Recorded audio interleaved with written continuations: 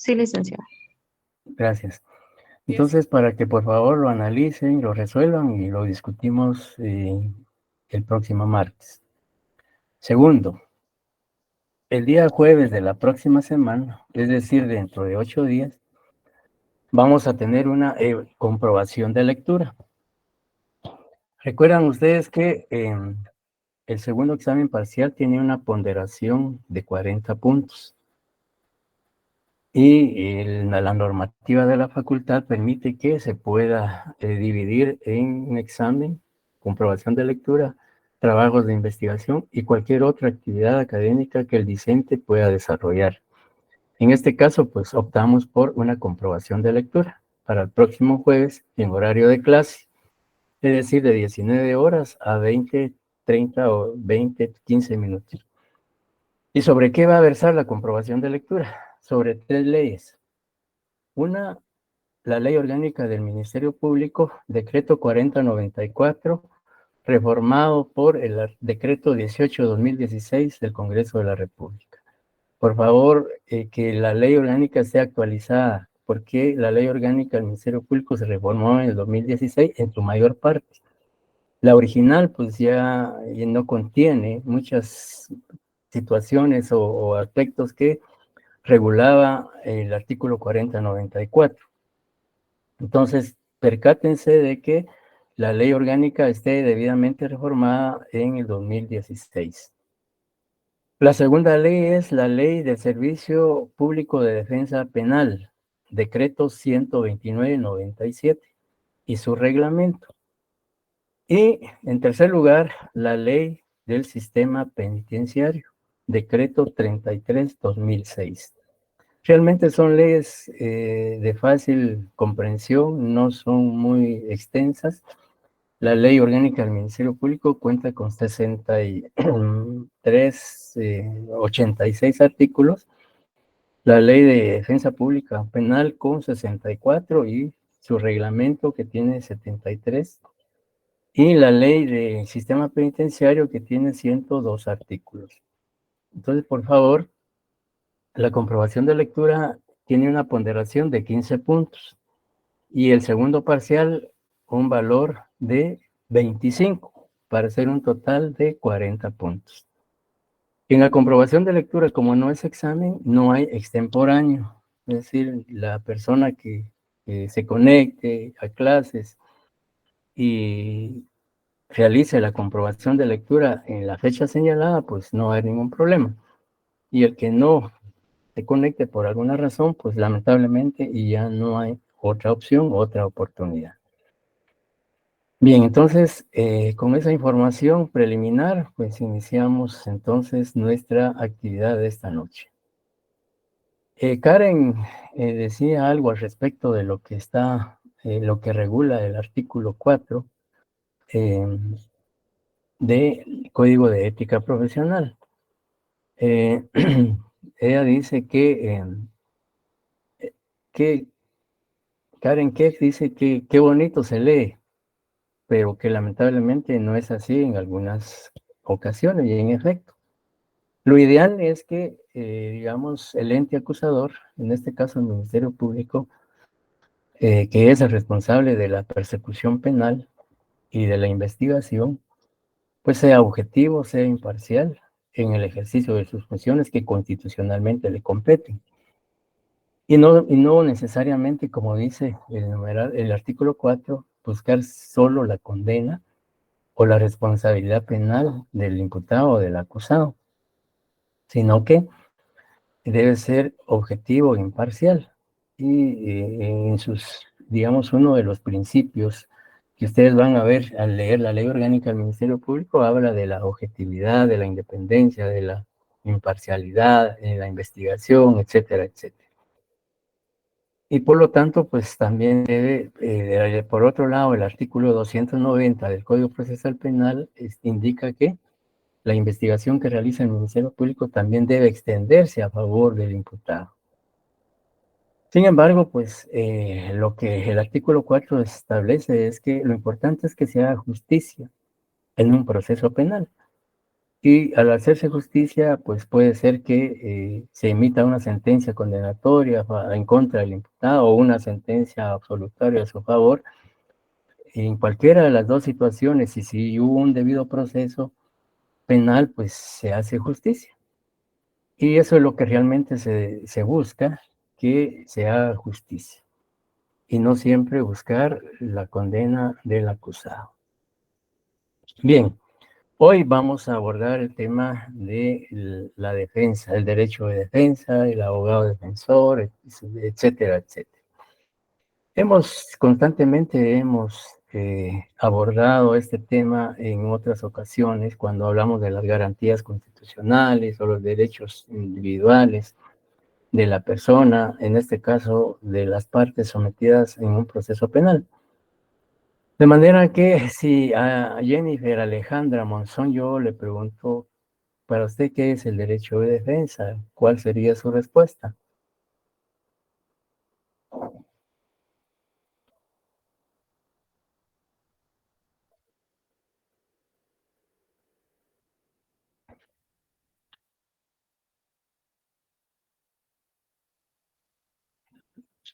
No sé si me escuchó Jennifer Alejandra Monzón.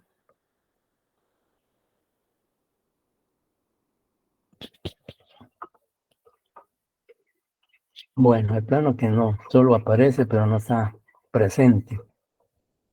Y a Jaira Michelle, ¿qué piensa usted que es el derecho de defensa? Buenas noches, licenciado. Buenas noches. Para mí es un derecho que está en la Constitución, Ujú, ¿verdad? Basado en la Constitución política. ujú. Ya, Y todos los pobladores tenemos el derecho, pues. ajá. Muchas gracias. Ya, Lilia ese Elizabeth. es, Sí, Lilia. O alguien que tiene la palabra, sí, hable, por favor. Alguien, licenciado, Licenciado, Camila. es el perdón, derecho que tiene una persona para defenderse, ¿verdad? Ujú, ujú. María José dice, el derecho de defensa es derecho fundamental de una persona física o jurídica. Bien. ¿Alguien más había solicitado la palabra? Yo, licenciado, podría ser también el derecho también a ser defendido, a ser representado por un profesional ante el Ajá, ente que lo esté acusando, podría ser también. ajá. Sí, Sofía dice que es una garantía constitucional, sí, es una garantía constitucional, pero hay que desarrollar en qué consiste. Licenciado, en el Ujú, artículo 12 de la Constitución nos indica el derecho de defensa. ajá, O sea, que la persona individual tiene derechos que son inviolables, dice aquí, y nadie ajá, puede ser condenado ni privado de sus derechos sin haber sido citado, oído y vencido en proceso legal ante juez o tribunal competente y ujú, preestablecido por ley, ¿verdad? ajá. William Rodolfo Zuleta dice que es un derecho individual que toda persona tiene. Bien, sí, obviamente todos tienen una noción de lo que es el derecho de defensa de la persona. Julio Jaramillo dice que es derecho a la defensa técnica y material. Es un derecho individual que toda persona tiene, dice William Rodolfo. Sí, en efecto, realmente tenemos pues, la noción, José Ruano dice todos los recursos o medios con que cuenta el acusado para poder defenderse. Sí, es obvio que todos tienen una idea o una noción de lo que es el derecho de defensa. Sin embargo, dentro de la doctrina y textos o tratados de derecho procesal, vamos a encontrar una cantidad o gama de definiciones en torno al tema. En la presentación, pues incluimos dos definiciones tan prácticas, sencillas, comprensibles, que nos da prácticamente, nos aclara el panorama de qué o cómo debemos definir o conceptualizar el derecho de defensa. Como usted decía, primero se dice que es un derecho fundamental que asiste al imputado por medio del cual hace valer de manera efectiva sus derechos e intereses dentro del proceso penal, en condiciones de igualdad y libertad frente a los demás sujetos procesales. Si queremos desentrañar esta definición por párrafos o oraciones, en cuanto a, se dice que derecho fundamental que asiste al imputado. Y es un derecho fundamental porque está tutelado, porque está regulado, porque está plasmado en favor de toda persona o todo ciudadano que sea sometido a un proceso penal en la Constitución de la República de Guatemala. Por eso es un derecho fundamental, porque está reconocido en la Constitución y cuya observancia es obligatoria sobre a todos los sujetos dentro del proceso penal. Y la finalidad del derecho de defensa, como lo dice la definición, sencillamente es que el imputado tenga la oportunidad que el sindicado pueda defenderse ante la imputación que le está formulando el Ministerio Público. Y por supuesto, esa imputación y esa defensa gira en torno al proceso penal. Pero además, la definición dice que en condiciones de igualdad y libertad frente a los demás sujetos procesales. Hay que partir del artículo 4 constitucional que establece que todos los ciudadanos tenemos los mismos derechos y las mismas obligaciones. Y si aplicamos esta norma constitucional al proceso penal, pues esto implica que en el desarrollo del proceso penal, no, desde el inicio, el desarrollo y finalización, el imputado tiene igualdad procesal, es decir, frente a todos los demás sujetos procesales. Es decir, que por el hecho de ser imputado, no implica que tenga menos derechos que los demás sujetos procesales. O por ser el Ministerio Público, un ente del Estado responsable de la investigación, tenga más prioridades, más prerrogativas o más derechos que el imputado. Tiene que existir una igualdad procesal en el proceso penal. También se dice en la segunda definición que es garantía constitucional que faculta al sindicado el derecho, el ejercicio de sus derechos contra la pretensión punitiva que el Estado realiza en su contra dentro del proceso penal. Ya lo decíamos, que es una garantía constitucional porque la Constitución tutela, la Constitución protege el derecho de defensa del sindicado en un proceso penal. Y esa defensa va a girar en relación a los hechos delictuales que el Ministerio Público le atribuye al sindicado. Es decir, sobre esa imputación, sobre esa formulación de cargos que el Ministerio Público hace al imputado, sobre ello él va a ejercer su derecho de defensa. Es decir, que él, obviamente, el imputado o su abogado defensor, pues van a tener que pronunciarse o a tener que realizar las diferentes acciones, las diferentes peticiones, las diferentes diligencias que estimen pertinentes como parte de ese derecho de defensa ante el poder punitivo del Estado. Y el Código Procesal, tanto la Constitución como el Código Procesal Penal, regulan el derecho de defensa. Y la compañera leía anteriormente el artículo 12 de la Constitución, en donde está plenamente establecido y garantizado el derecho de defensa, y también el Código Procesal Penal desarrolla el derecho de defensa en el artículo 20 y del artículo 92 al 106 del Código Procesal Penal. Pero también en tratados y convenios internacionales se hace referencia a esta garantía constitucional. Y el artículo 8 de la Convención Americana sobre Derechos Humanos se refiere al respecto. Y por supuesto hay otros tratados y convenios internacionales que regulan o hacen referencia a lo que es el derecho de defensa. ¿Alguna pregunta hasta el momento?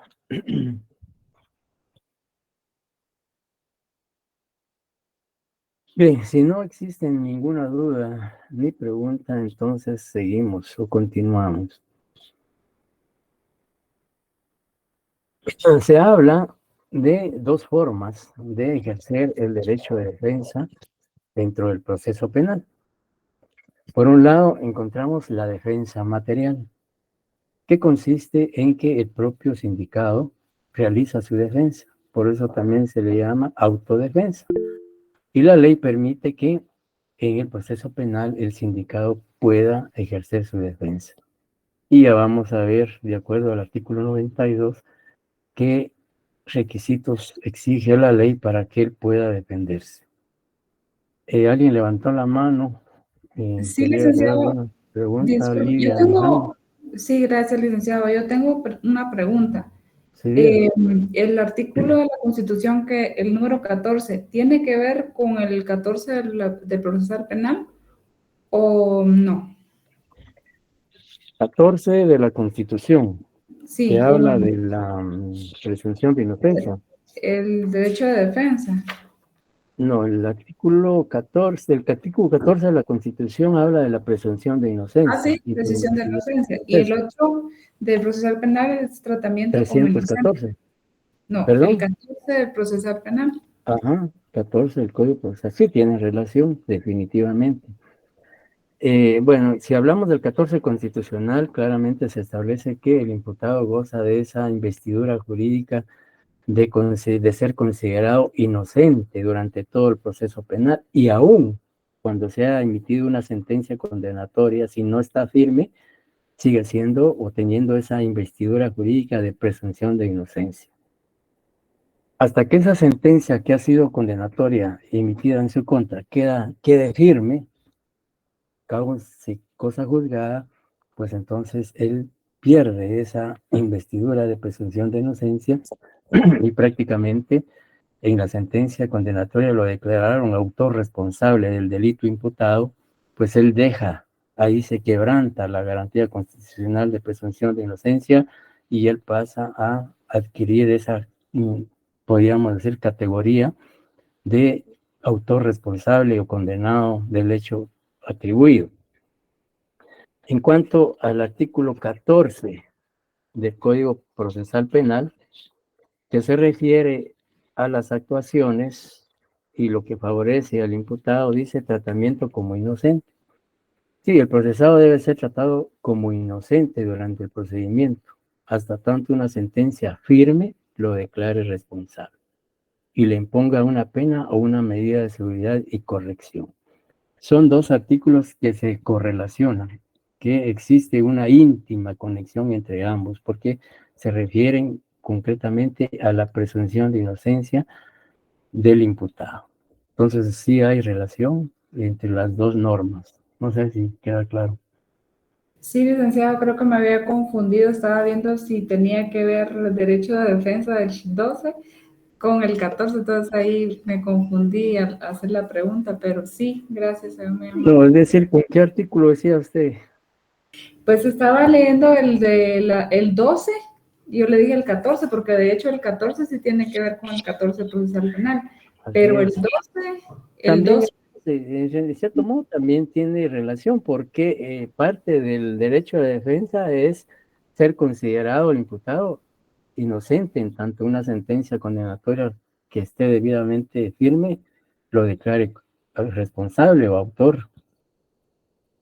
O sea, sí tiene relación, pero digamos, entre el 14 del Código Procesal Penal y digamos, 12 de la Constitución, pues sí hay sí, habla, digamos, la relación también entre el 12 de la Constitución y el 20 del Código Procesal Penal que se refiere al derecho de defensa. muy bien, licenciado, excelente, gracias.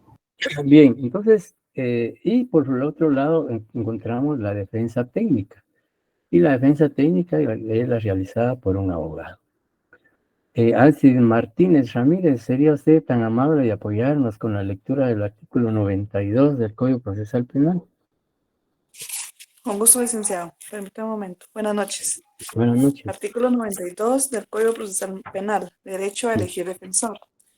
El sindicado tiene derecho a elegir un abogado defensor de su confianza. Si no lo hiciere, el tribunal lo designará de oficio, a más tardar antes de que se produzca su primera declaración sobre el hecho, según la reglamentación para la defensa oficial. Si prefiere defenderse por sí mismo, el tribunal lo autorizará solo cuando no perjudique la eficacia de la defensa técnica y, en ese caso contrario, lo designará de oficio. La intervención del defensor no menoscaba el derecho del imputado a formular solicitudes y observaciones. Muchas gracias, Astrid. Bien, claramente el artículo 92 le da la potestad o facultad al imputado a que él puede nombrar un abogado de su confianza. Y si no lo hiciere, pues el Estado, a través del Instituto de Defensa Público Penal, debe nombrarle un defensor de oficio o de planta de la defensa pública. Cuando digamos, ¿por qué Ashley Yamilet? ¿Por qué cree usted que el legislador plasmó en el Código Procesal Penal que el imputado debería nombrar o elegir un abogado defensor de su confianza? Porque, pues, si este se defiende por sí mismo, no podría tener las bases que un abogado especializado en materia penal tendría para poder defenderlo y que se dé un juicio mejor para él y ya sea el caso por el que esté siendo procesado, pues el abogado defensor lo ayudará a que se resuelva de mejor manera para él, a favor de él. Ajá. Eric Leonel, dije, ¿qué puede adicionar a lo que expuso Ashley Yamilet? Licenciado, considero que tiene que ser de su confianza porque, hablándolo de una manera fría, lo que se está jugando es la vida, la libertad de esta persona. Entonces tiene que ser de confianza en el hecho de que tiene que saber que el que lo va a defender es apto para hacerlo, es apto en el campo, en este caso, pues estamos hablando de lo penal.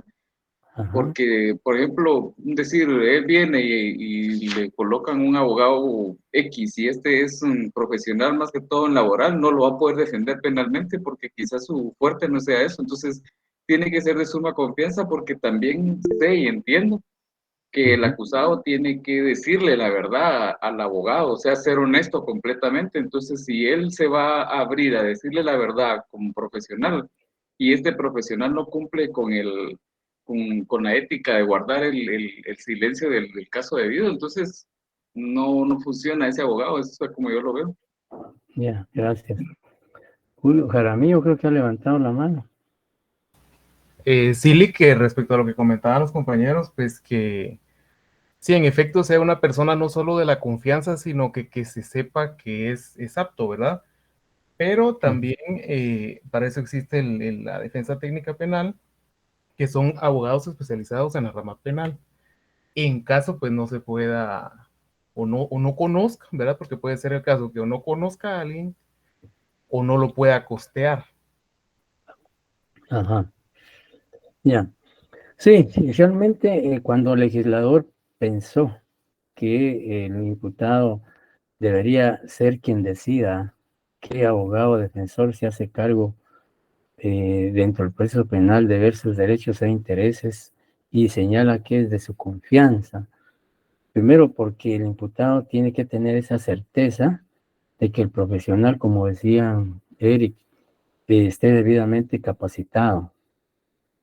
Podría tener mucha experiencia en la materia, en este caso en el ámbito penal, ser penalista, no porque pase penas, sino porque se ha especializado en el ámbito del derecho penal y procesal penal. Entonces, y que él, pues obviamente también, como decían ustedes, está en juego la vida, la libertad, el patrimonio y muchos intereses más. Entonces él quiere tener esa certeza, esa confianza en el profesional del derecho que contrata, de que va a hacer una defensa efectiva dentro del marco constitucional y legal y, por supuesto, observando también la ética profesional. Entonces, por esas y otras razones más es que la ley contempla de que debe de elegir un abogado de su confianza, es decir, que él elija, que él decida qué abogado va a defenderlo dentro del proceso penal. Y por otro lado, también la ley faculta de que si él no puede, por carecer de recursos económicos para sufragar los gastos o los honorarios de un abogado privado, pues a efecto de garantizar el derecho de defensa y no violar esa garantía constitucional, el Estado asume esa responsabilidad a través del Instituto de Defensa Público Penal, nombrándole un abogado, es decir, el juez de oficio le nombra un abogado de la defensa pública. Pero además, el artículo 92 señala que dice, si prefiere defenderse por sí mismo, el tribunal lo autorizará. Es decir, si el imputado cree estar en condiciones de ejercer su defensa, pues lo puede requerir al juez y el juez decidirá si le otorga o no esa facultad que le otorga la ley. Pero además el artículo 92 exige como requisito para que una persona o el procesado pueda defenderse a sí mismo o realizar su propia defensa o su autodefensa, dice, solo cuando no perjudique la eficacia de la defensa técnica. Esto significa que para que el juez pueda autorizar que el procesado ejerza su propia defensa, tiene que sopesar que él tenga conocimientos en derecho, que él pues esté realmente capacitado, que él mismo va a garantizar su derecho de defensa. Porque no pudiera darse el caso de que el procesado únicamente cursó tercero primaria, no tiene mayor formación académica, no tiene mayor instrucción, etcétera. Entonces, ahí él no podría defenderse a sí mismo porque no garantizaría una defensa eficaz, porque no tiene los conocimientos básicos o elementales para poder defenderse. En ese caso, el juez no podría autorizarlo. Pero si pensamos que, digamos, el imputado pudiera ser una persona que estudia leyes, ya cerró pensum y ya hizo sus exámenes técnicos profesionales y únicamente está pendiente de su tesis de graduación, ¿consideran ustedes que si él como procesado podría solicitar al juez ejercer su defensa? Y piensa, o qué creen ustedes, Wendy García, qué piensa? ¿Usted como juez penal autorizaría que esta persona ejerciera su propia defensa? Todo depende de la capacidad que tenga la persona. Si sí se Por- puede defender, pues por- su derecho lo tiene, ¿verdad? Sí, por eso le decía que si él prácticamente fue estudiante de Derecho, es estudiante de Derecho con ya sus privados ganados, habiendo aprobado ya penal 1, 2 y 3 y los procesales, y él siendo procesado de un hecho delictivo, y usted siendo juez, él le pide o que autorice que él pueda ejercer su derecho de defensa, usted como juez lo autorizaría. Es que depende, licenciado. Yo lo vería así conscientemente, yo le diría depende. Usted ya tiene experiencia, le diría yo. Bueno, yo así lo vería. Ujú, ujú. Sí, digamos, yo les hago esa comparación porque la ley dice solo el tribunal lo autorizará solo cuando no perjudique la eficacia de la defensa técnica. Realmente el Código Penal en ese sentido no es muy amplio, sino que ¿qué implica, digamos, perjudique la eficacia de su defensa técnica? Pues esto implica de que él realmente tenga la capacidad, tenga los conocimientos, la preparación, aunque no sea abogado, de defenderse. Alguien decía ahí que no, porque no es colegiado activo, por supuesto. Es que la ley dice que por eso es que se habla de la autodefensa, que es un derecho que la ley le da al imputado de defenderse a sí mismo, o la autodefensa, pero la ley exige que él no digamos, perjudique su propia defensa, digamos, o como dice la ley, no perjudique la eficacia de la defensa técnica. Yo les ponía el ejemplo si el procesado únicamente tiene tercero primaria, no tiene mayor formación académica, no tiene mayor instrucción y no tiene ni siquiera la mínima idea de qué es un proceso penal o qué son las leyes penales, obviamente no podría realizar su propia defensa. Pero si una persona, en el otro supuesto, de que sea un estudiante de Derecho con un pensum cerrado, habiendo aprobado su examen técnico profesional, que solo está pendiente de tesis de graduación, pues podría el juez autorizar su propia defensa. Pues ahí es donde está la disyuntiva, ¿verdad? Ashley. Sí, Ashley.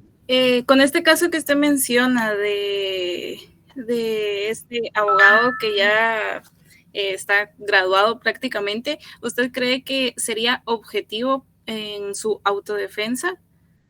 Sí, mire, todo depende. Y realmente muchas veces, no obstante que la ley le da ese derecho al imputado, generalmente tal vez no es, ya viéndolo así desapasionadamente, quizá no sería conveniente, porque tal vez él no podría, precisamente, habría un conflicto de intereses, porque él, digamos, en su afán de defenderse a sí mismo, puede no ser objetivo, puede no ser consciente de lo que está realmente haciendo. Digamos, ahí puede él prejuzgarse a sí mismo, etcétera. Entonces, hay muchos factores que podrían incidir en que él no pudiera realmente defenderse de manera eficaz o eficiente si lo hace, digamos, él mismo, ¿verdad? Porque tal vez como les decía, no sería objetivo. Él, por supuesto, defendiéndose a sí mismo, pues podría, en cierto modo, no ver las cosas fríamente, sino obviamente por ser el imputado, él ser directamente afectado, pues posiblemente no podría realizar una defensa adecuada. Sin embargo, la ley le da ese derecho. Pero yo creo que realmente habrá tal vez 1 o 2 casos en los que se ha dado esto, sobre todo cuando son abogados, ¿verdad? Y que siendo abogado, y si es penalista y que prefiere él ejercer su propia defensa, pues ahí no habría ningún inconveniente. El inconveniente se da cuando el procesado no tenga los conocimientos ni la capacidad para realizar una defensa adecuada. Dice, un imputado por razones políticas en un sistema cooptado. Bueno, eso es, digamos, no sé qué quería decir José Alemán con este comentario. Licenciado, buenas noches. A lo que Buenas me noches. refiero es que si en un contexto de ese tipo no es justificable que la persona se defienda a sí misma porque el sistema le va a asignar ya tácitamente a un abogado que está en contra de él. Uh-huh. Sí, hay muchos factores que pueden incidir en que, digamos, en un momento dado el juez no autorice que él ejerza su propia defensa. Bien, digamos, continuando con ello, pues entonces vemos otros aspectos relevantes en relación al derecho de defensa. En la defensa material o la autodefensa puede darse de 2 maneras. Puede ser activa y puede ser pasiva. Es activa cuando declara en el proceso penal el imputado, ejerciendo su derecho de defensa ante el interrogatorio formulado por los otros sujetos procesales. Y pasiva cuando se abstiene de declarar. Es decir, cuando el imputado asume directamente algunas actitudes procesales pues está realizando una defensa material activa porque él está promoviendo, está actuando por sí mismo dentro del proceso penal. Y la misma ley establece que el imputado puede realizar las peticiones, los requerimientos que estime pertinentes sin necesidad de que lo haga su abogado defensor. Y también, por supuesto, lo puede hacer su abogado defensor. Entonces, vamos adelante, vamos a ver lo que dice la ley al respecto. Entonces, él ejerce una defensa material cuando actúa dentro del proceso penal, es decir, él directa, en forma personal y directa.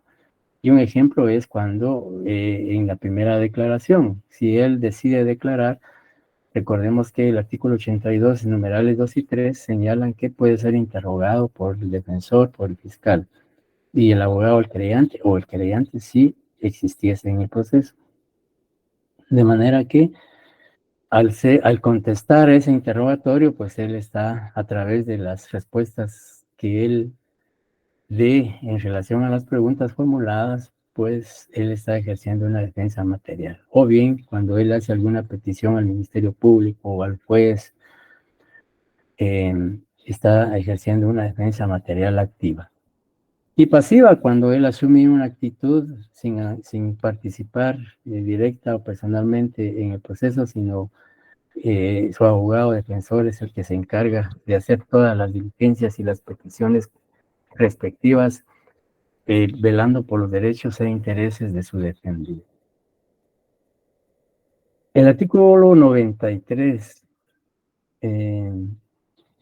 si pudiera darle lectura, por favor, don José Alemán.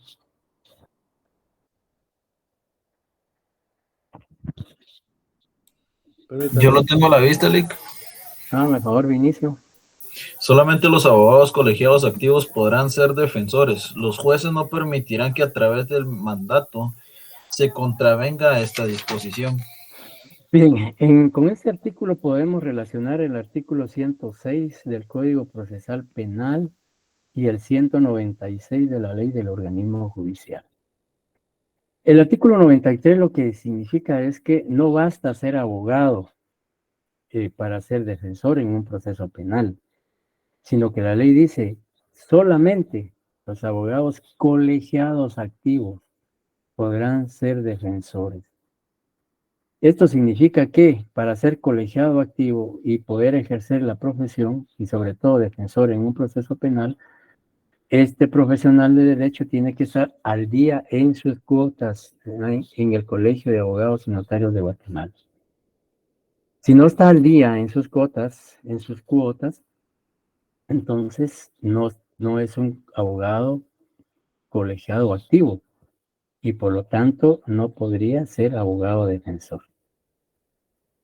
Por eso es que la ley dice que no es suficiente con ser abogado, sino puede ser abogado y tener una gran experiencia, ser un gran penalista, pero si no está activo, no puede ser abogado defensor.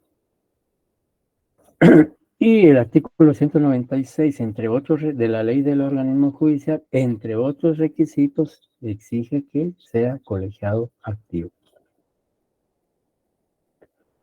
Bien, ¿alguna duda o pregunta hasta el momento? Licenciado, disculpe, como usted mencionaba, de que no era prudente de que el implicado se defendiera a sí mismo, entonces, ¿en qué caso sí pudiera autodefenderse? Solo cuando él garantice la eficacia de su defensa. Que él tenga los conocimientos y la preparación adecuada para poder defenderse a sí mismo. Tal vez un ya profesional. No, por supuesto, si es abogado ya graduado, pues no habría ninguna limitación. Yo ponía el ejemplo de un estudiante de Derecho de próximo a graduarse. Si, digamos, fuese procesado por algún delito y él en la audiencia de primera declaración solicite al juez o solicita al juez previamente que él va a ejercer su derecho de defensa. El juez tendrá que valorar si él cree que como estudiante de Derecho, futuro abogado, ya habiendo cerrado pensión, habiendo aprobado sus 2 exámenes técnicos profesionales, está en condiciones de defenderse a sí mismo. Esa es una decisión que el juez, el único que puede autorizar, si le da si le otorga ese derecho es el juez. Él puede hacer la petición y el juez decidirá si le autoriza o no le autoriza. Gracias, licenciado. Bien, en cuanto Alexia Gabriela, para usted, ¿qué es un abogado defensor? Es la persona que defiende al imputado, es el que va a demostrar o quiere demostrar que es inocente. Uh-huh. Es la persona que defiende al procesado. El profesional, el profesional que profesional, profesional del derecho, porque no puede ser cualquier profesional. Sí.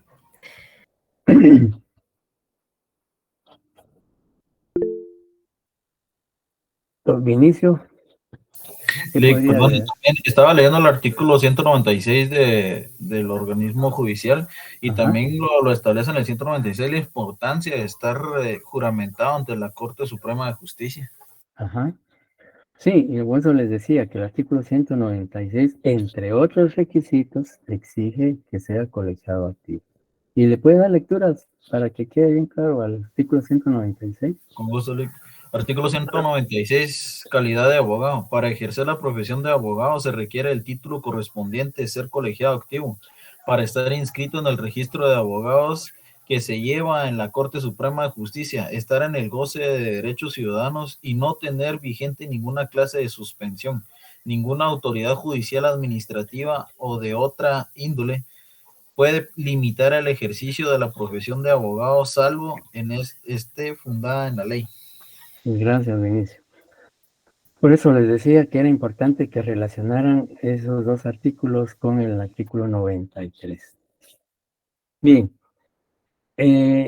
Obviamente lo que decía Alexia en cuanto al abogado defensor, que ella relató que era un profesional de derecho que defendía los derechos e intereses del procesado del sindicado. En ese sentido, pues, Jonathan Armando, diga. Jonathan Armando levantó la mano. Bien, el abogado defensor podemos conceptualizarlo de la siguiente manera. Profesional del derecho que técnica y jurídicamente defiende, asesora y orienta al imputado dentro del proceso penal. Así de simple, así de sencillo, podemos definir lo que es el profesional del derecho que asiste técnica y jurídicamente al imputado dentro del proceso penal. Y se dan 2 clases de defensores. Por un lado, defensor público, que es el profesional del derecho que pertenece al Servicio Público de Defensa Penal y es nombrado por el juez o tribunal, porque el sindicato no nombró abogado de su confianza. El Estado no puede dejar de proteger la defensa del sindicato en un proceso penal. Y por ello es que se creó el Instituto de Defensa Público Penal, para que si el imputado carece de recursos económicos para sufragar los honorarios de un abogado privado, pues para no violar su derecho de defensa, el Estado a través del Instituto de Defensa Público Penal le asigna un abogado defensor. Antes de la vigencia del Código Procesal Penal, digamos antes del año 1994, los estudiantes de Derecho teníamos como práctica llevar casos penales, laborales y civiles. Y en el área penal, pues teníamos que defender a los procesados y eran 6 casos los que nos asignaban. Y por supuesto con la asesoría de los asesores del bufete popular. Entonces, pero como estudiantes prácticamente éramos los que hacíamos la mayor parte del trabajo de defensa. Y bueno, en ese tiempo, pues el sistema era escrito. Entonces, como estudiantes, pues teníamos que defender al sindicato. Y solo, digamos, cuando teníamos que hacer algunas peticiones, pues firmaba a nosotros como estudiantes y firmaba el asesor del bufete popular. Y realmente, lamentablemente, esa práctica se perdió porque realmente es una gran experiencia. Es una gran experiencia, como que digamos, como estudiantes, en esa época podíamos ser defensores dentro del proceso penal. Por supuesto, eso pues implicaba nerviosismo, implicaba temor, implicaba seguridad, noches de desvelo, porque habría que analizar cada uno de los procesos asignados y teníamos que prepararnos pues para ejercer la defensa. Y realmente eso era una gran vivencia, una gran experiencia y la adquisición de conocimientos, etcétera, etcétera. Y como les decía, lastimosamente, pues se perdió, dadas las reformas que sufrió el Código Procesal Penal, pues ya ahora los estudiantes de Derecho no pueden tener esa función porque para ello están los abogados del Instituto de Defensa Público Penal. Bien, y por otro lado encontramos al abogado defensor privado, que es el profesional de confianza nombrado por el sindicato, quien paga los servicios profesionales del mismo. Entonces, ahí pues encontramos los dos defensores, tanto públicos como privados. Jonathan Armando, ¿qué diferencia entonces habrá entre un defensor público y un defensor privado? Que privado me parece que, digamos que es algo que el imputado le tiene mayor confianza, digamos, durante su proceso. En cambio, el público es el que el juez le va a nombrar, entonces no hay tanta cercanía para contarle los hechos, digamos. Uh-huh. ¿Y alguien más quisiera opinar? Disculpe, yo miro la diferencia que el privado es según la capacidad económica que tiene el imputado para poder pagarlo. Y a cambio, en lo público, la defensa pública penal, el juez se lo asigna de oficio. Uh-huh. Esa es la diferencia que veo. Ya. Muy bien. Sí, en efecto, y además también el público lo nombra, es decir, los honorarios lo paga el Estado, ¿ya? Y como dice Sandra Patricia, el público lo asigna al Estado a través de la defensa público penal, y lo nombra un juez o tribunal de oficio. Y el privado, pues, lo nombra el procesado, y es quien cubre los honorarios de ese profesional. Licenciado, una consulta. Cuando el Ministerio Público toma un caso de oficio y el Ministerio Público es el abogado, ahí también entra entre público. No, el Ministerio Público no puede ser abogado defensor. El Ministerio Público inicia de oficio en los delitos de acción pública, inicia la investigación de oficio. Él es el responsable de la persecución penal, de investigar ese hecho delictivo, ¿ya? Y hay que hacer la distinción entre la investigación y la defensa. El Ministerio Público, ¿sí? Sí, perdón, el Ministerio Público sí puede dar un abogado. No, el que nombra a un abogado defensor público es el Estado a través de la defensa público penal. El Ministerio Público no puede nombrar a un abogado defensor, ni siquiera recomendar o sugerir, porque ahí perdería la objetividad, la imparcialidad. Digamos, el sindicato, por eso recuerda usted que desde el momento que una persona es detenida por la comisión de un hecho delictivo, la Policía Nacional le debe hacer saber los derechos que tiene, entre ellos el de asistirse de un abogado defensor. A partir de ese momento, él tiene la facultad de decidir. Si no tiene recursos para pagar un abogado privado, pues entonces esperará en que el juez le designe uno de oficio. Pero el Ministerio Público no puede nombrarle abogado defensor. No debería.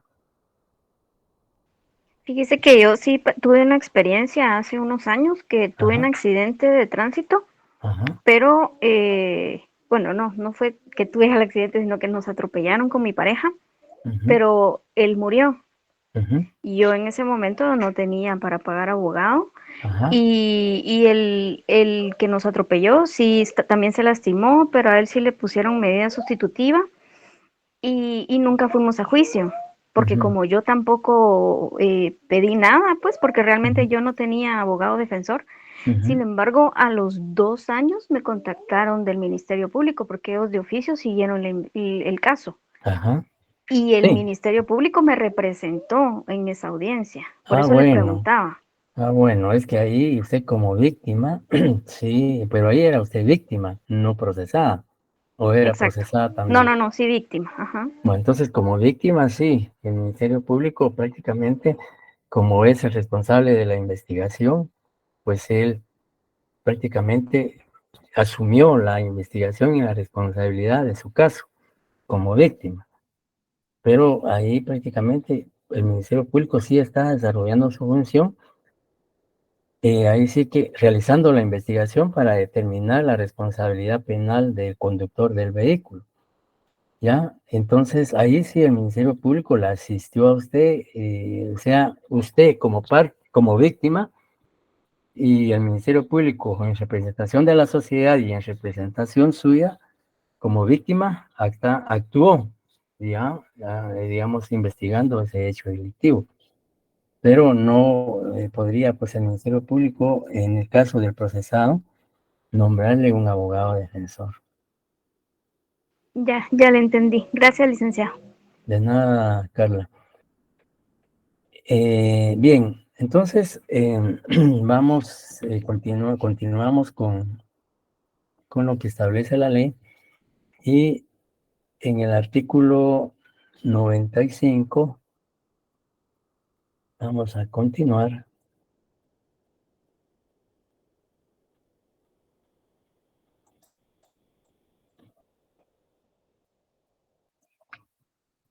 Bien, sí, por favor le pudiera dar lectura a Alexia Gabriela al artículo 93. ¿93 o 95? 93. 93, aptitud. Ajá. Solamente los abogados Bueno. colegiados. Sí, perdón. 95. 95, sí. Ok. Defensor común. La defensa de varios imputados en un mismo procedimiento por un defensor común es en principio inadmisible. El tribunal competente, según el periodo del procedimiento o el Ministerio Público, podrá permitir la defensa común cuando manifiestamente no exija incompatibilidad. Cuando se advierta la incompatibilidad, podrá ser corregida de oficio, proveyendo a los reemplazos necesarios según está previsto para el nombramiento de defensor. Sí, muchas gracias. Bien, lo que el artículo 95 establece es que en una misma audiencia o en un mismo debate, el imputado o procesado no puede ser defendido simultáneamente por más de 2 abogados. La ley permite que, bueno, esto más que todo se refiere a lo que establece el artículo 96, pero tiene relación con el 95. Porque el artículo 95 lo que pretende, o lo que se pretendió legislar, es que un abogado defensor no puede, en principio dice la ley, que un juez o tribunal no puede admitir que un solo abogado defensor tenga bajo su cargo responsabilidad 5 procesados, por ejemplo. Entonces, porque obviamente, ¿ustedes creen que si un abogado defensor se hace cargo, valga el término, de la defensa de 5 procesados, estaría en la capacidad, por mucha experiencia y conocimiento que tenga, estaría en la capacidad de garantizar una defensa eficaz para todos los procesados, para los 5. ¿Qué piensa David Torres? Carlos Jaramillo dice que no, pero ¿por qué no? No, perdón, no, a mi criterio no, porque o sea, sería como una sobrecarga, ¿no? De análisis de casos para una sola persona. Ujú. Ajá. Licenciado. Giovanni Ajanel. Bueno, más que opinión propia es por casos que he visto donde a pesar de que se le acusa a un grupo de personas por un mismo delito, siempre es necesario que todos tengan abogados por aparte porque se va buscando el bien del representado.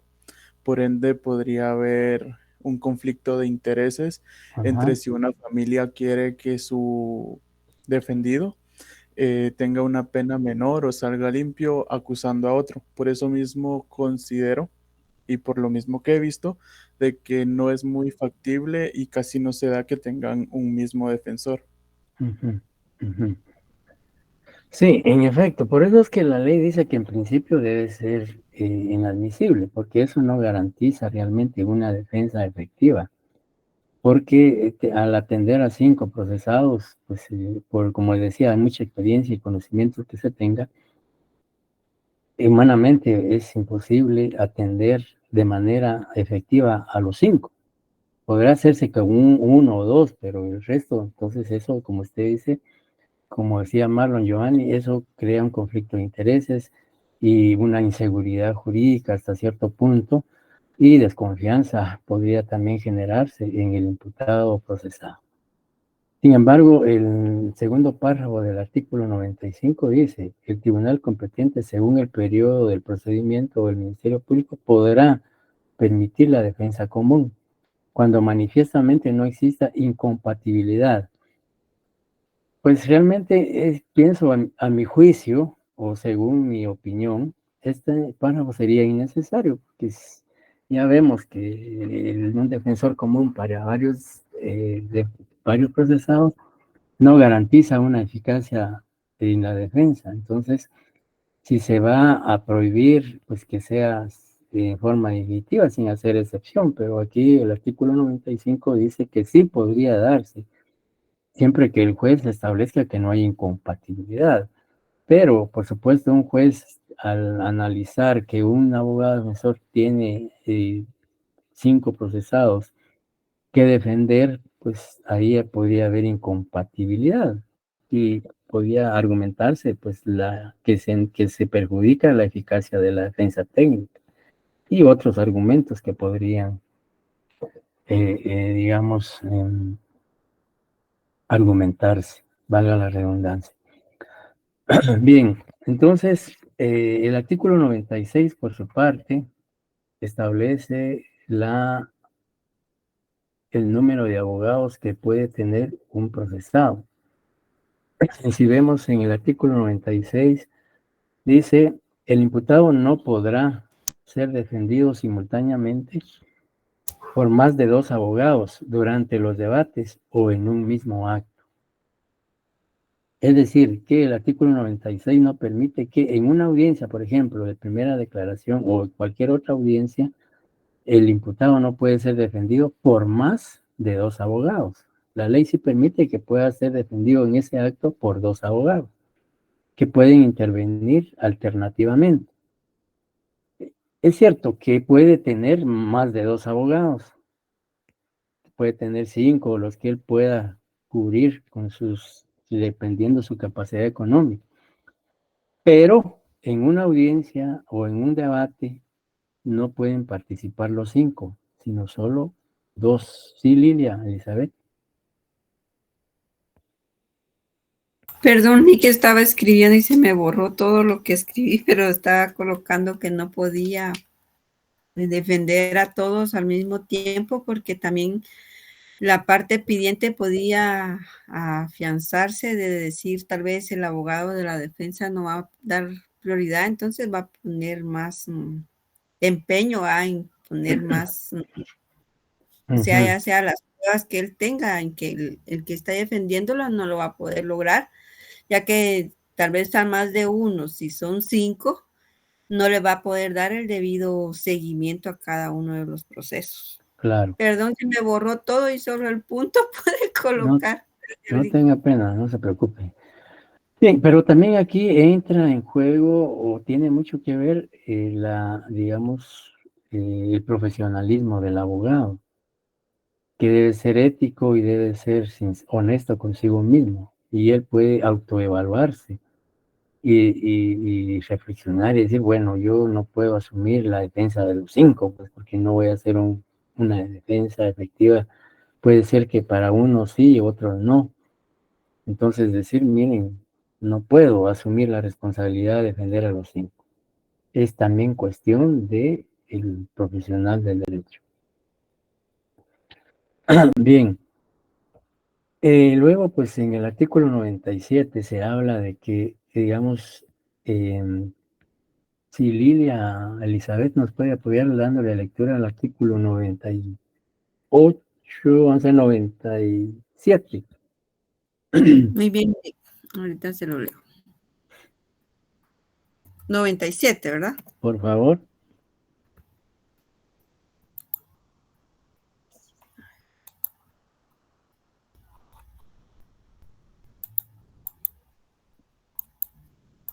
Perdón, pero lo voy a buscar en mi, ¿cómo se llama? Porque mi código Si no está gusta, se lo actualizado. leo. Yo lo tengo aquí también. Yo lo tengo a la mano. Sí, por favor. Gracias. Artículo Ya lo tengo. 97, sustitución. Cada defensor podrá designar un sustituto para que, con el consentimiento del imputado, intervenga si el titular tuviera algún impedimento. Bien, esto ocurre cuando, digamos, imaginémonos que el procesado tenga 2 abogados o más, y entonces puede hacer que los 2 abogados que han sido aceptados en el proceso penal, uno de ellos, pues, que pueda que por atender otro proceso, otra diligencia, no pueda asistir a su defendido en una audiencia. Entonces la ley, para solucionar este problema y garantizar el derecho de defensa del imputado, regula que, digamos, cada defensor puede designar un sustituto. Y la finalidad de esta designación es que el sustituto pueda actuar en aquellos casos en los cuales podríamos decir el abogado titular no puede hacerlo, porque tiene que atender otra audiencia, un debate, esté enfermo, etcétera. Entonces, la ley permite que siempre haya un sustituto para garantizar el derecho de defensa del sindicado. Josué Bravo, si nos puede apoyar con la lectura del artículo 98. Claro que sí, Lick. Buenas noches. El Buenas artículo noches. 98 dice, nombramiento en caso de urgencia. Cuando el imputado estuviere privado de libertad, cualquier persona podrá asignarle por escrito un defensor ante la policía o las autoridades encargadas de su custodia, o verbalmente ante el Ministerio Público o el juez, asignación que le dará a conocer inmediatamente. En caso de urgencia, comenzará a actuar provisionalmente este defensor. Gracias. ¿Qué le llama a usted la atención de ese artículo?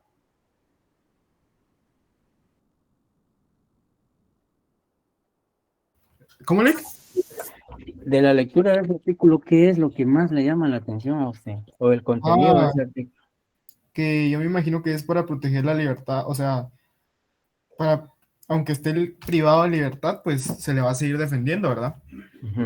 Eso es lo que me llama más la atención y que dice que cualquier persona podrá asignarle, dice, ante la policía o las autoridades. En efecto, Eso me llama la atención. Gracias. En efecto, digamos, este artículo es interesante. ¿Por qué? Porque como decía Josué, la ley le da la facultad. Digamos, nombrar un abogado defensor es una función de un juez o de un tribunal. Digamos que es la regla general. Sin embargo, el artículo 98 hace una excepción y dice que le da ese derecho, esa facultad a cualquier ciudadano. Dice, cuando el imputado estuviera privado de libertad, cualquier persona podrá asignarle por escrito ante la policía o las autoridades encargadas de su custodia o verbalmente ante el ministerio o juez. Lo interesante del artículo es que se le da esa facultad que es exclusiva de un juez o tribunal, se le está otorgando a un ciudadano, a cualquier persona, dice la ley, pero siempre y cuando concurran los requisitos que el mismo artículo exige. ¿Cuáles son esos requisitos? A ver, Lilia, ¿cuáles son los requisitos?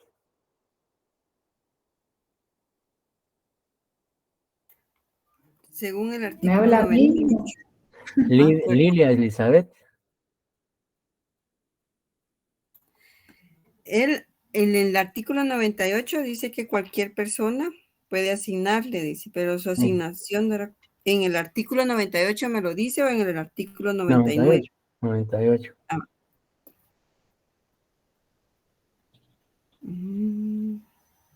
Me imagino que no tiene que ser una persona que tenga la facultad, que tenga 18 años, que no sea una persona interdicta, porque una persona que puede dar por escrito cualquier cosa no tiene que tener ningún... Ay, se me fue la palabra. Impedimento. Impedimento para poder dar ese, o un escrito, porque dice por escrito o verbalmente. No tiene, o sea, no tiene ningún inconveniente porque aquí dice escrito, verbal. Pero yo de mi parte le puedo decir que no puede ser una persona que no sea mayor de edad, que no tenga impedimento para poder dar estos requisitos. Alexia Gabriela. Sí, para mí también sería el caso de urgencia, pero Ajá. ¿cuál sería en este caso el caso de urgencia? O sea, ¿cuál sería un ejemplo de un caso de urgencia de alguien que Ajá. está privado de libertad Ajá, para que, ajá. para que le den este beneficio, se podría decir? Ajá. Sí, el mismo artículo dice lo que decía Alexia Gabriela. Uno de los requisitos es que haya urgencia. Es cierto, el Código Procesal Penal no especifica qué debe considerarse como urgencia, ¿ya? Pero podríamos mencionar varias situaciones. Por ejemplo, que él sea citado, el procesado sea citado a un juez, ante un juez o ante el Ministerio Público porque se va a realizar una diligencia. Y es un caso de urgencia que no puede esperar. Entonces, para poder asistir a esa diligencia con abogado defensor que garantice sus derechos e intereses, pues en virtud de tratarse de un hecho, en un caso de emergencia, porque tiene que estar presente en una diligencia judicial, pues la persona le nombra un defensor de oficio. Un defensor. Podría ser también que el juez haya citado al imputado o el Ministerio Público lo esté citando para ampliar su declaración o para que dé o proponga la práctica de alguna diligencia, etcétera, y que el Ministerio Público en esa situación le indique que debe acompañarse de su abogado defensor. Que digamos, siempre y cuando se trate de diligencias que no impliquen demora, que deben efectuarse de manera inmediata, porque si no se realizan, pues se corre el riesgo, el peligro de no obtener la información o la evidencia necesaria. Por decir casos de urgencia puede ser cualquiera, ¿no? La ley no dice. Y puede, ahí en casos de urgencia, pues es muy amplio el término. Por lo tanto, cabría cualquier tipo de diligencia o actuación procesal en donde el juez considere que es urgente realizar esa diligencia.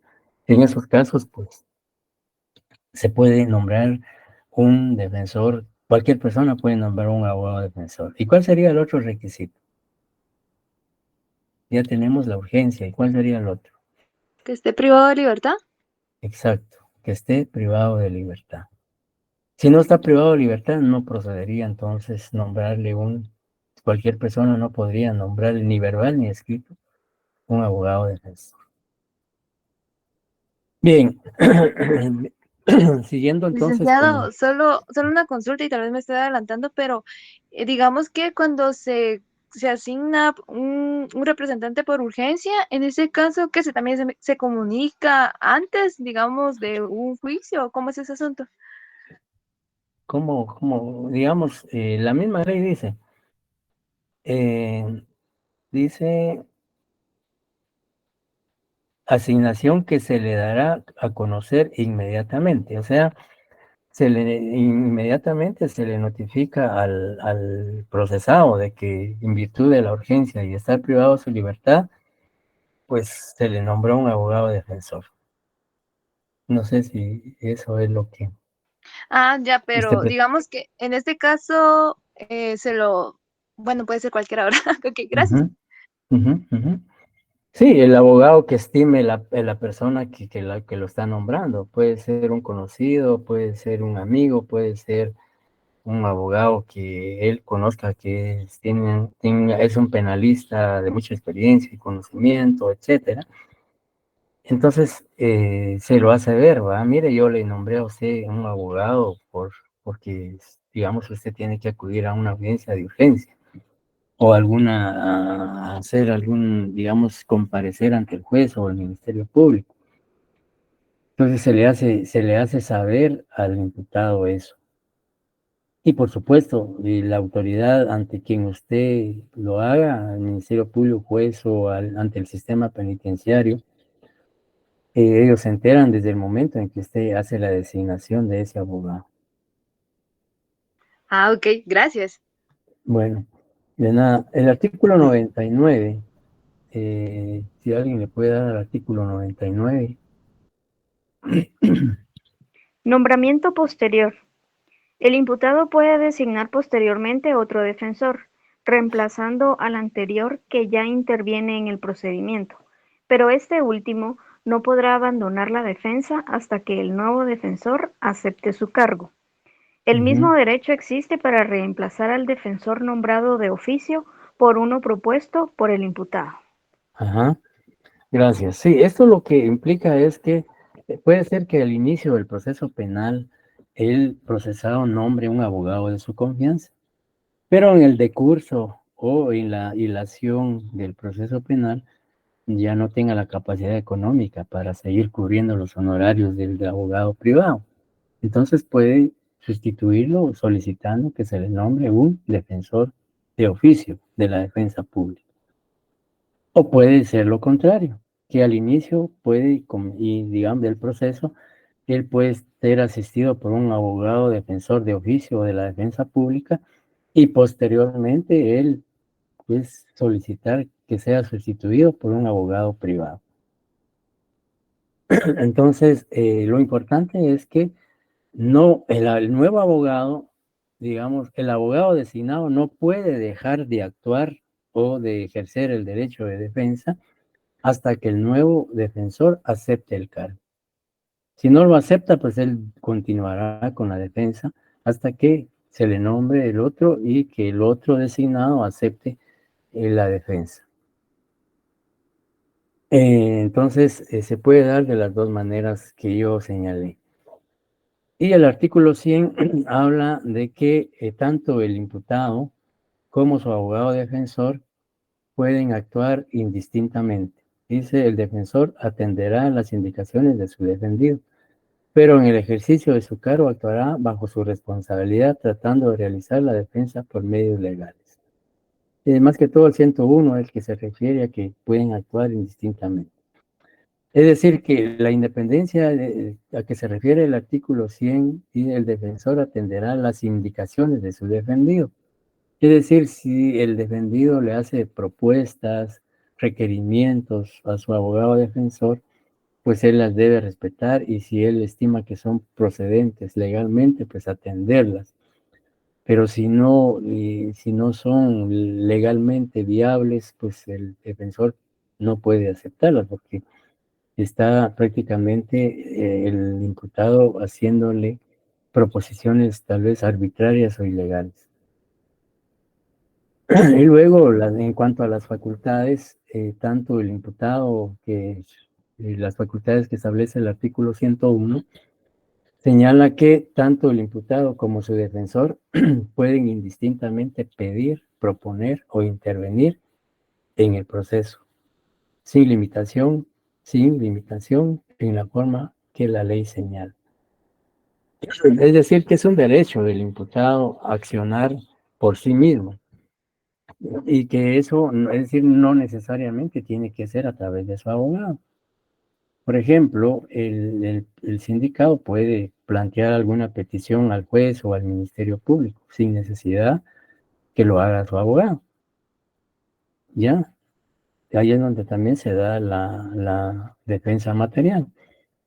O él pueda preferir que solo actúe su abogado y decir que él le diga, mire, yo quisiera que usted solicite al Ministerio Público que se escuche a mis testigos, por ejemplo.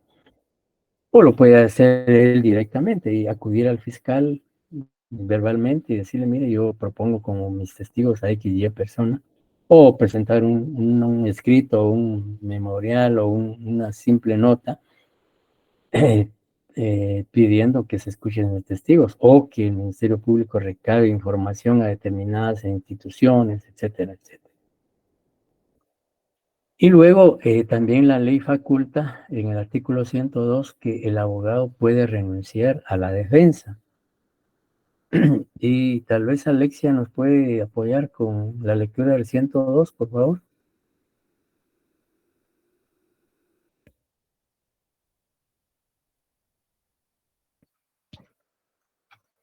Yo lo tengo a la vista, Lick. Por favor, lea.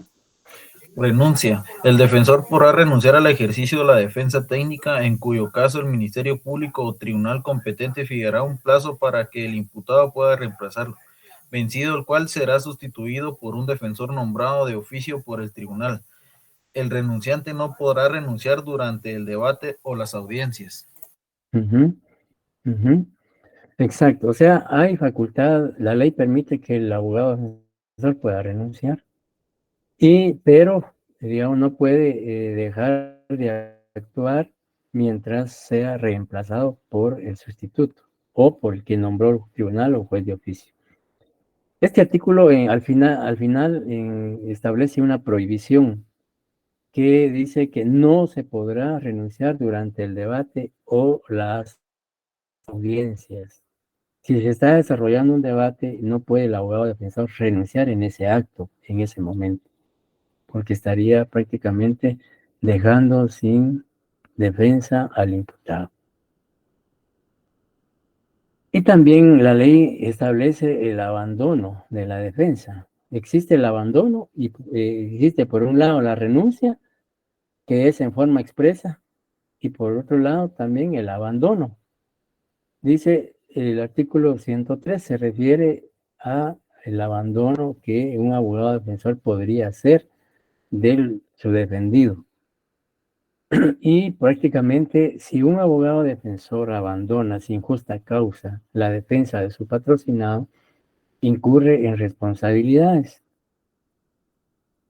Entonces, el artículo 105, que se relaciona con el 103, dice, el abandono de la defensa constituirá falta grave y obligará a quien incurra en él al pago de las costas provocadas por el reemplazo, sin perjuicio de las sanciones correspondientes. Ya, el artículo 103 habla del abandono y si se da ese abandono, las responsabilidades y las sanciones que puedan imponerse al abogado defensor que abandonó, valga la redundancia, la defensa de su patrocinado. Incurrirá en responsabilidad penal o cometerá algún delito el abogado que abandona la defensa sin justa causa.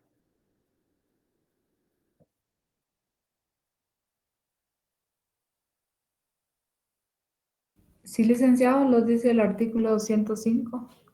¿Qué dice? Que será sancionado. Sí, Pero ¿qué delito comete el abogado que abandona la defensa?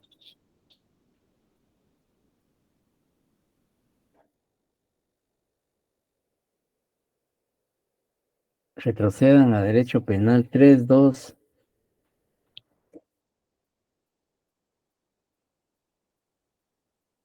¿O no comete delito alguno?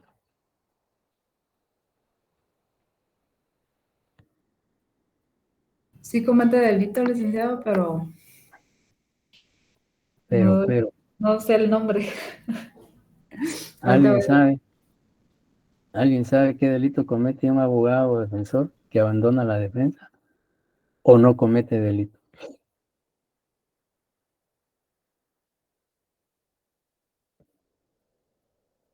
Yo conozco un caso de que se fue hasta daños y perjuicios. Ajá, sí, pero eso es responsabilidad civil.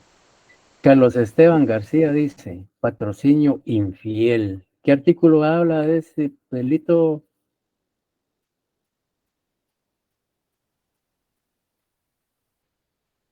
Patrocinio infiel. Carlos Esteban, 465 dice. Como que no tiene micrófono, Carlos Esteban. Alguien que le dé lectura al artículo 465 del Código Penal, por favor. Patrocinio infiel.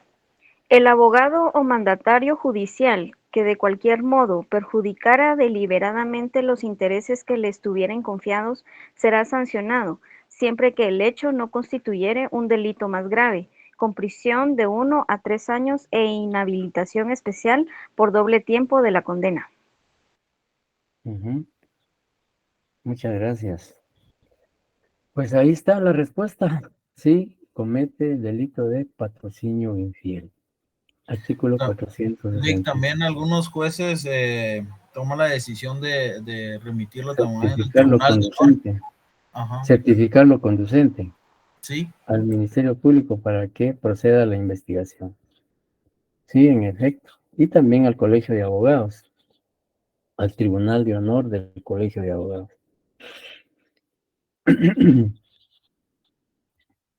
Bien, en los artículos subsiguientes del Código Procesal Penal, pues se refiere a otros aspectos que tienen relación con el derecho de defensa y con el abogado defensor. Si no hay ninguna duda o pregunta, pues entonces vamos a concluir con el tema de esta noche. Y para los que se conectaron tarde y los que no se conectaron, reiterar que el próximo jueves tenemos comprobación de lectura de las 3 leyes a que yo hice referencia. Ley orgánica del Ministerio Público, ley del Servicio de Defensa Público Penal, ley del sistema penitenciario. La comprobación de lectura tiene una ponderación de 15 puntos, el segundo parcial de 25 para hacer un total de 40 y la comprobación va a ser de 5:30 a 7 menos 5. Y no hay extemporáneos, no hay otra oportunidad. Entonces, quedan debidamente notificados y damos por concluida la sesión de esta noche.